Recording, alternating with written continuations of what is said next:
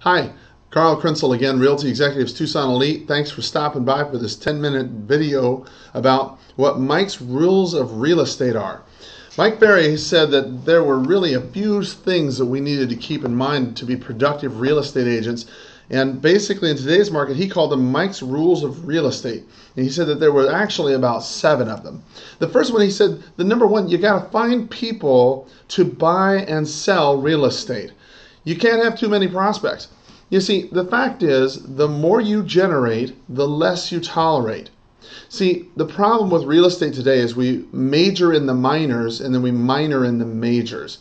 You know, we go ahead, we realize in our head, we know that, hey, the more I prospect, the more I either, phone people, hold open houses, or whatever it is you do to generate business, is not as important as me doing this, whatever this is.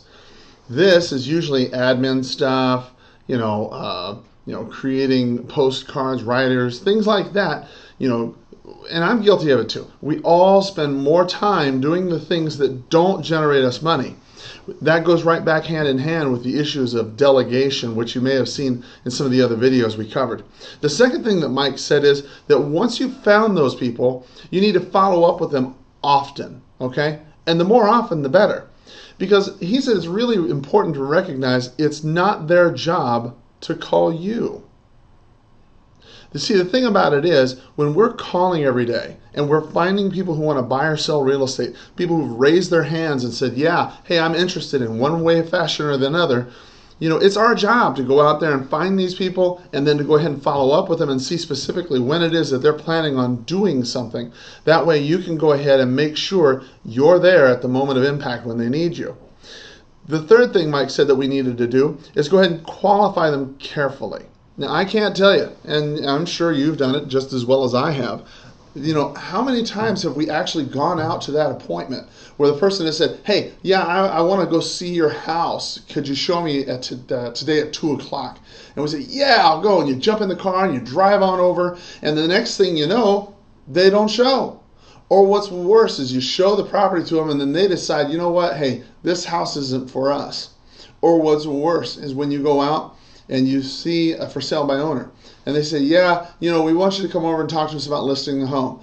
And you say, great. And you go ahead, you head on over, and then basically what you find out once you get there is that their best friend is a realtor, or maybe their sister's a realtor, maybe their mom's a realtor, maybe they're upside down, maybe they have a foreclosure in a week. You don't know. And the reason why is because you didn't take the time to go ahead and qualify.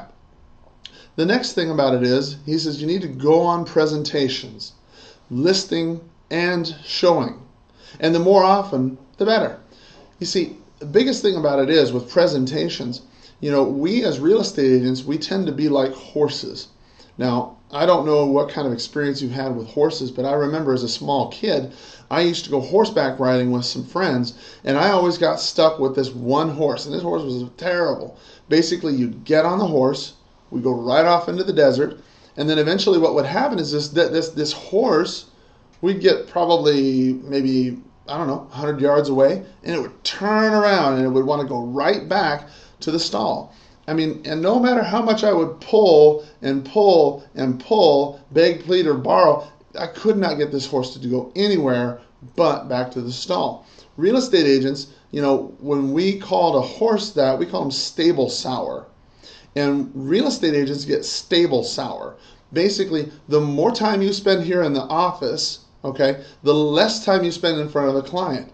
And then the less time you spend in front of a client, the less likely you are to go out in the field. See, the biggest problem is we spend so much time on the phone generating the leads. Then we spend a lot more time lead qualifications, lead follow-up. We pre-qualify those leads. And then we, for one reason or another, we sabotage ourselves to where we don't go out at all. And then we wonder why we don't have any business. It's because you're stable sour. You got to get out and make a lot of presentations. The next thing Mike says we need to do, the next rule, is to close them. Okay? Look, they'll sign it if you make a great presentation. Mike says that, frankly, a close is nothing more, okay? Nothing more than a natural ending to a great presentation. Mike says, look, if you go out and you have a cup of coffee, they're going to ask you for dessert. All right, it's the same thing as a close. It's the natural ending to a great dinner, cup of coffee and some dessert. The thing about it is, when you go out and you make your presentation, whether it be a buyer or a seller, they expect you to close. And when you don't close, it's like there's something missing, there's something wrong. Other than that, you're just a taxi driver. You need to go out and ask them, hey, look, will you sign the contract, please? And smile, help them understand that you're here to help them make this happen, okay? The next thing Mike says, look, you got to negotiate with them, okay? This is where you get paid. This is showtime, all right? Basically, when you get that offer in, you need to understand primarily your job is to get them what they want, whether it be their home sold or their home bought. More often than not, we find ourselves getting in the way of a sale.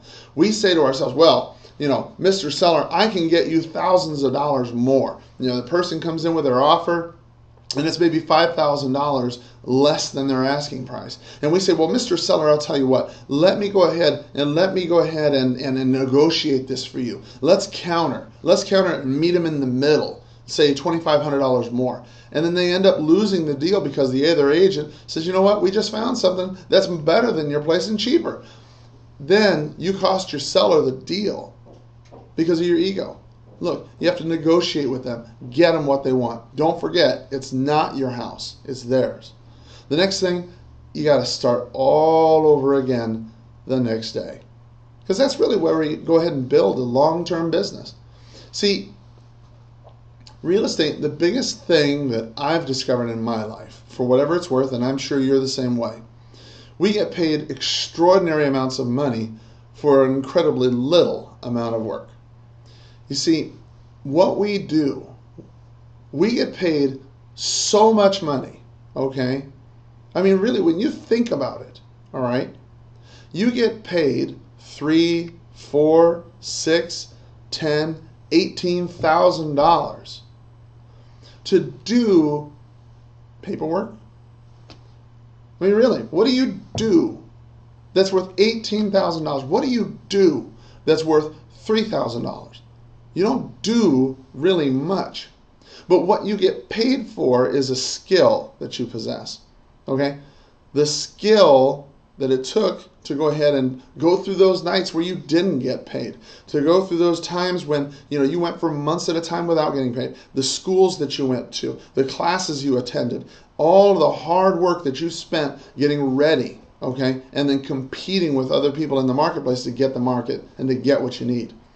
You see, that's what you get paid for. But the biggest thing is, we as real estate agents tend to think that once we get that deal closed, hey, it's payday. I got the money spent. I don't have to eat ramen noodles anymore. And let's go ahead and party it up. The biggest thing is, Mike says, you got to start from zero every single day. And when you start from zero, no money in the bank, right there for a lot of us, that's true, okay? No listings, no sales, no prospects, no leads, no contracts, no nothing. That's the mindset you have to have. Once you have that mindset, then that's when you'll actually be very powerful, because you'll have this power inside of you to go out and do what you need to do in the marketplace. So anyway, thanks for listening. That's what Mike said was the 7 rules of real estate. And basically, we look forward to seeing you soon. Have a great day.